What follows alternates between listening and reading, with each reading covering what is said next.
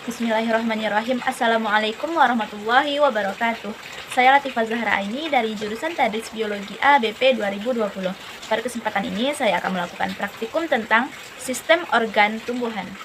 Di mana pada praktikum kali ini tujuannya yang pertama mengenal dan membedakan bagian organ-organ tumbuhan. Yang kedua, membedakan tumbuhan dikotil dan tumbuhan monokotil. Adapun alat dan bahan yang digunakan pada praktikum kali ini, yang pertama yaitu alat tulis untuk mencatat apa saja perbedaan dari kedua tumbuhan. Yang pertama, tumbuhan bunga tapak dara. Di sini saya sudah menyediakan lengkap dari akar hingga bunga pada tumbuhan tapak dara. Kemudian yaitu tumbuhan jagung, lengkap dari akar hingga bunga. Baiklah, kita masuk kepada praktikum yang pertama, yaitu mengamati organ-organ tumbuhan. Dimana pada yang pertama kali ini saya akan mengamati organ-organ tumbuhan pada tumbuhan jagung. Dimana kita mulai pada bagian akar. Di sini akar jagung memiliki sistem perakaran yaitu serabut atau berkeping satu. Akar ini dapat memanjang hingga 80 cm ke dalam tanah apabila jagung ini telah dewasa, hingga ia dapat memperkokoh batang ini. Kemudian akar ini berwarna putih kecoklatan. Kemudian kita masuk kepada batang. Batang tumbuhan jagung ini berupa berbuku-buku atau berluas-luas. Batang jagung ini di luarnya keras, tetapi di dalamnya berbentuk seperti gabus. Batang ini terdiri dari epidermis atau kulit luar, kemudian jaringan pembuluh, kemudian inti batang. Batang ini berwarna hijau. Kemudian kita masuk pada sistem daun. Di sini tumbuhan jagung memiliki daun yang memanjang dan memiliki tulang daun yang sejajar dengan ibu tulang daun. Daun ini memiliki panjang yang cukup panjang dan memiliki bulu-bulu halus pada permukaan daun. Dari ciri-ciri daun ini dapat disimpulkan bahwa daun jagung tidak termasuk daun sempurna atau daun lengkap karena ia tidak memiliki tangkai daun. Daun ini berwarna hijau. Kemudian kita masuk kepada buah dan biji. Buah pada jagung ini terletak di antara daun dan batang yang diapit oleh kulit daun atau kulit batang.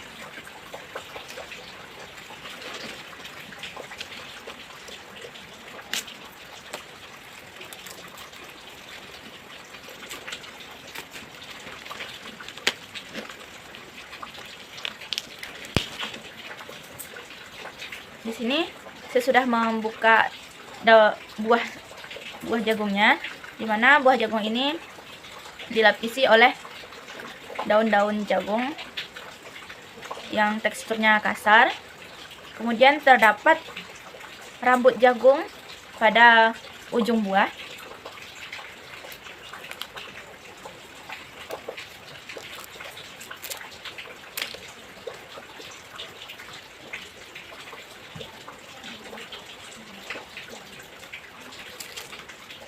Buah ini dilapisi oleh beberapa lembar daun.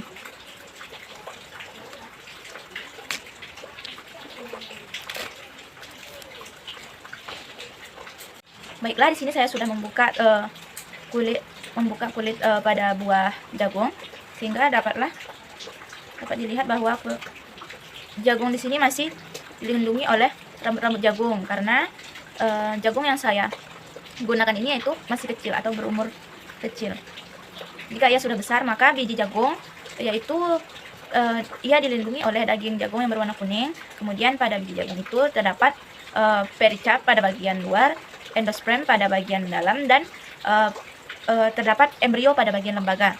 Dan embrio itulah yang akan dijadikan benih pada saat penanaman jagung kembali, sehingga tumbuhlah tanaman jagung baru.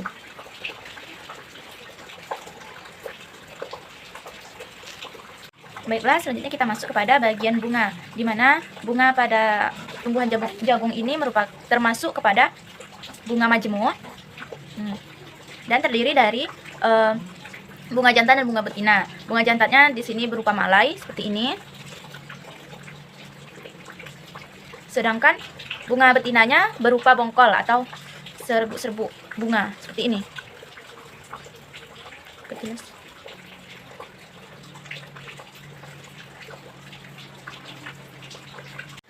Baik, untuk praktikum yang kedua kita akan mengamati organ-organ pada tumbuhan bunga tapak dara, di mana kita mulai amatinya dari bagian akar, di mana akar dari bunga tapak dara ini merupakan akar serabut atau akar yang berkeping satu dan berwarna coklat. Kemudian kita masuk pada batang. Batang pada bunga tapak dara ini berbentuk bulat dan berwas-was. Terdapat warna merah dan hijau pada batang, dan batang ini bercabang dan berukuran kecil. Kemudian kita masuk kepada bagian daun, di mana bunga tapak dara memiliki daun yang bulat dan memanjang, memiliki tulang daun yang menyirip, ujung daun tumpul, dan memiliki tangkai daun. Sehingga daun pada bunga tapak dara ini merupakan daun yang sempurna atau daun lengkap. Dan daun ini berwarna hijau. Kemudian kita masuk pada bagian bunga, di mana bunga pada bunga tapak dara ini muncul pada bagian ketiak daun. Mahkota bunga ini melebar pada ujungnya, di pangkalnya runcing, dan di luarnya melebar.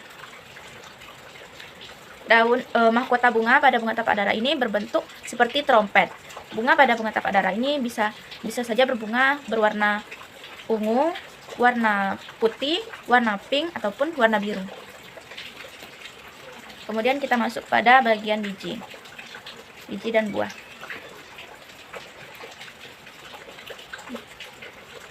Di mana biji dan buah ini berukuran panjang, memiliki bentuk yang panjang, berwarna hijau, dan memiliki biji yang banyak di dalamnya.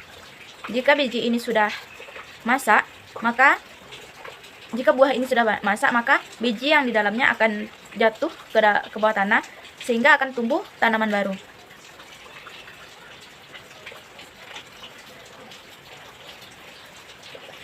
Nah, di sini ia berbiji banyak.